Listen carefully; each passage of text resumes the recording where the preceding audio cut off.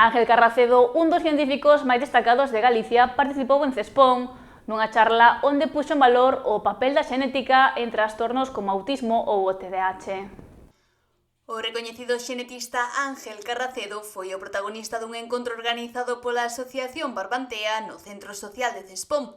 Durante a súa intervención explicou como a xenética inflúe en trastornos como o autismo ou o TDAH, unha condición que el mesmo padece. E son trastornos predominantemente xenéticos. Teñen que ver ca xenética, cos nosos genes. Pero moitísimo. Isto é unha cousa que é desto do que vos quero falar tamén, porque ademais é o meu. Que significa que son xenéticos e por que sabemos que son xenéticos?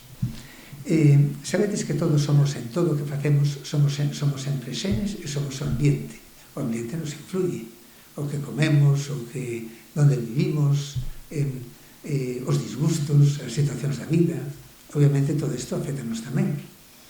E canto somos xenes e canto somos ambiente? Na enfermedade, en total, un 50%. Un 50% somos predisposición xenética e un 50% é o ambiente. O ambiente entendido como todo. Chamámoslle exposoma. O ambiente que nos rodea, onde vivimos, o que comemos, o que facemos na vida.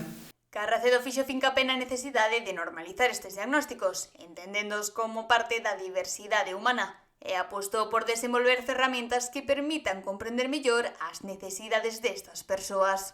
A xente que o sufre nese diagnóstico clínico teñen que ter dous tipos de problemas, que son déficits na comunicación social, moitas veces problemas de comunicación de algún tipo, algunhas veces porque non se dan con outras persoas ou outras veces teñen problemas de comunicación directos, e tamén pautas e intereses restringidos e repetitivos.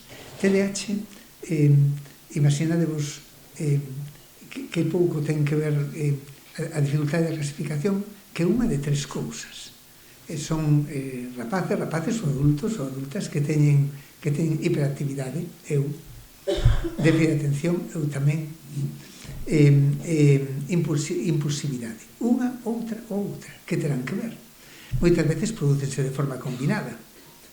Outras veces é unha delas que sae un problema abondo bastante como para que a xente teña ese problema. Ademais, o investigador foi nomeado primeiro socio honorífico de Barbantea, en recoñecemento á súa traxectoria e á labor do seu equipo no Centro Singular de Investigación en Medicina Molecular e Enfermidades Crónicas.